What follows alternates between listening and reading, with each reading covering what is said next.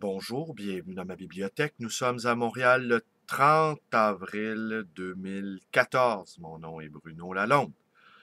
Aujourd'hui, tel que je l'ai promis à Francine Mété, je lui lis un petit passage tiré de ceci. Jean Co, croquis de mémoire. Jean Co, qui, comme vous le savez, a été pendant quelques années le secrétaire de Jean-Paul Sartre. Il a même écrit quelques-uns des articles que Jean-Paul Sartre a signés, dont celui qui avait fait beaucoup couler d'encre, où Sartre racontait que les vaches laitières en URSS produisaient plus de lait que les autres vaches nord-américaines ou européennes. Évidemment, c'était une affabulation. Mais Sartre, tout dévoué à la cause marxiste, était franchement un idéologue défendant farouchement les soviétiques. Mais il faut quand même se placer dans le contexte de l'époque, les soviétiques qui ont gagné la guerre et qui en ont payé le prix fort, et les Américains, quant à eux, qui sont intervenus à la toute fin, craignant justement que les Soviétiques assurent leur mainmise sur le reste de l'Europe. Eh bien, c'était, je pense, difficile pour n'importe qui de moindrement sensible et d'intelligent de ne pas être admiratif devant l'invraisemblable courage des Soviétiques pendant la Deuxième Guerre mondiale. Et d'ailleurs, les Russes n'appellent pas ça la Deuxième Guerre mondiale. Ils appellent cela la Grande Guerre patriotique. Ouais, forcément, quand des millions de tes compatriotes ont péri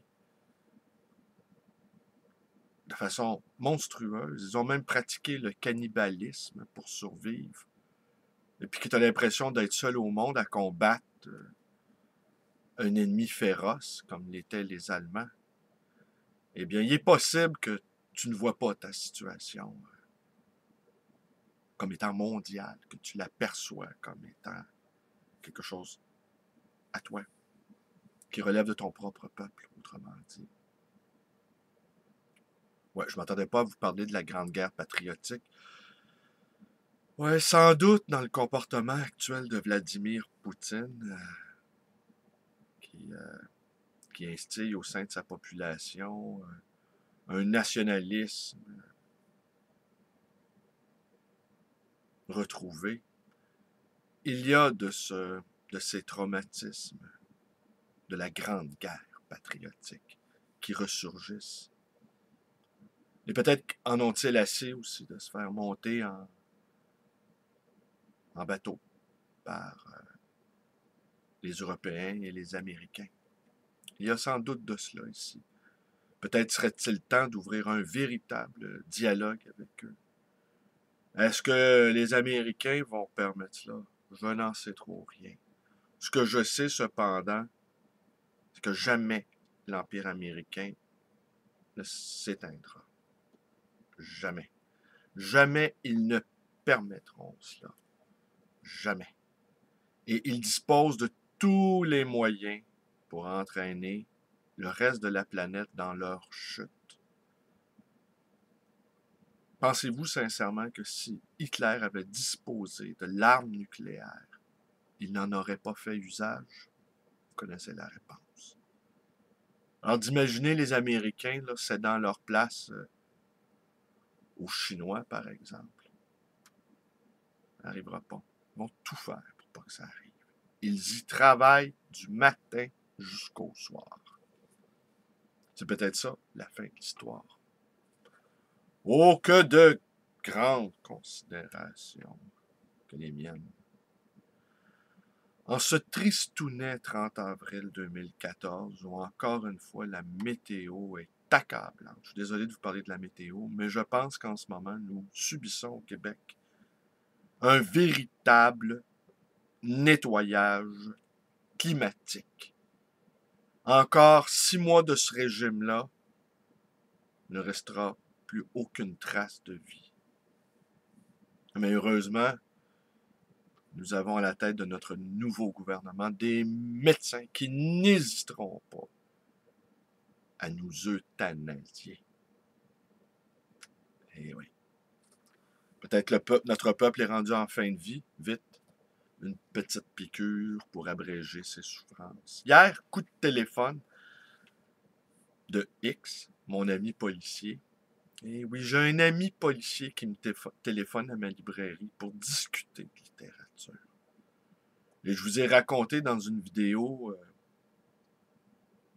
ultérieure que j'avais confessé à cet ami policier combien j'avais grandi dans la haine et la détestation des policiers. Je lui ai avoué ça, que c'était difficile pour moi d'entrer en relation avec lui. Tel un personnage dostoïevskien, je me suis confié.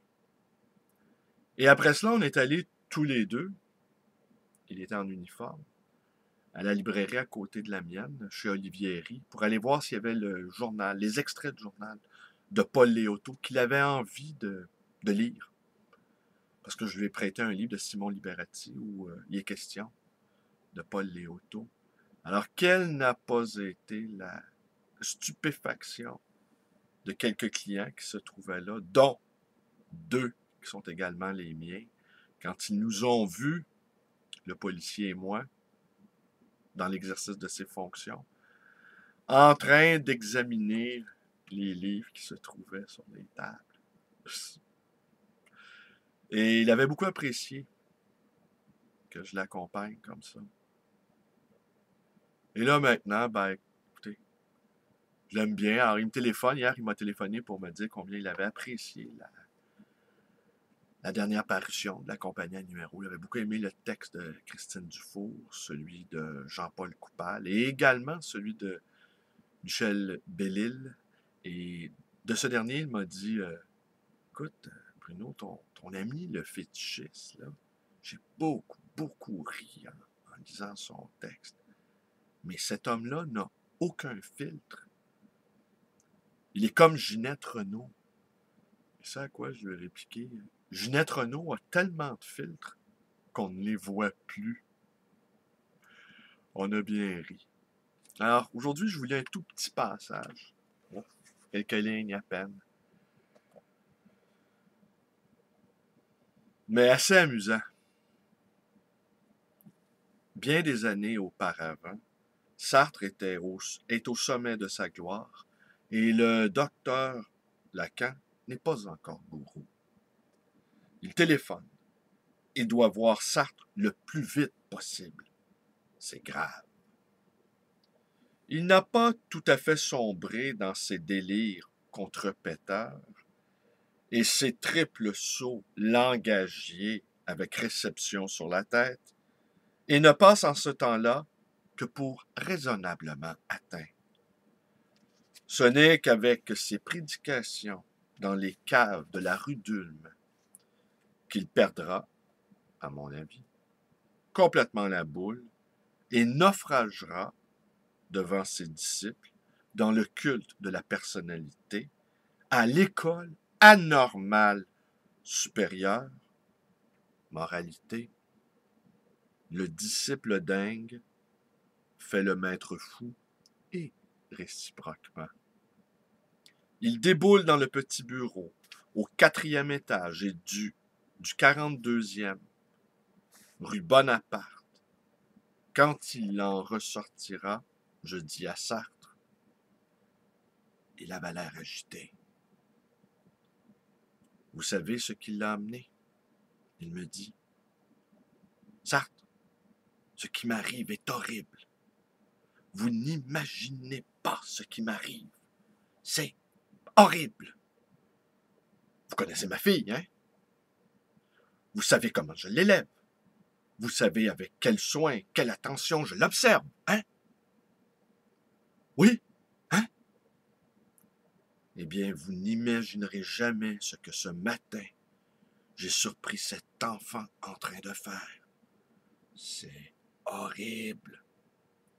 Elle avait glissé ses petits pieds dans mes grands souliers et marchait dans sa chambre. effrayant. Elle me tuait, hein? Elle marchait avec ses pieds minuscules dans mes chaussures et riait. Elle me hait. C'est un meurtre, Sartre. Vous l'avez calmé. Difficile.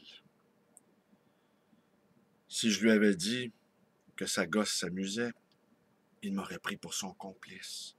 Ensuite, il m'a débité dans son emportement toute une théorie sur les sabots de Noël dans les cheminées, assez marrante. Je lui ai conseillé d'en écrire. Ah oui? Quand on veut se débarrasser d'un maboule, il faut toujours lui conseiller d'écrire. C'est radical. Il saute sur son stylo. Et avec un peu de chance, vous n'entendez plus parler de lui pendant 3 mois. Ouais. Sartre, thérapeute de Jacques Lacan. Ben voilà, c'est tout pour aujourd'hui. Et moi, moi aussi, j'ai mon thérapeute. C'est un policier. À chacun son thérapeute. Un policier, quand j'y pense. Un thérapeute policier. Ça, c'est quelque chose. Que va-t-il me conseiller? Sans doute de continuer à publier la revue, la compagnie à numéro. Je vous remercie d'être avec moi. Portez-vous bien. Portez-vous bien, portez-vous loin, portez-vous majestueusement, portez-vous au-delà de vous-même. Vous pouvez également aller visiter ma page Facebook. Vous pouvez vous abonner à ma chaîne, cette chaîne qui libère. Et vous pouvez également me téléphoner dans le 514. Je répète, vous n'avez rien entendu. Hein?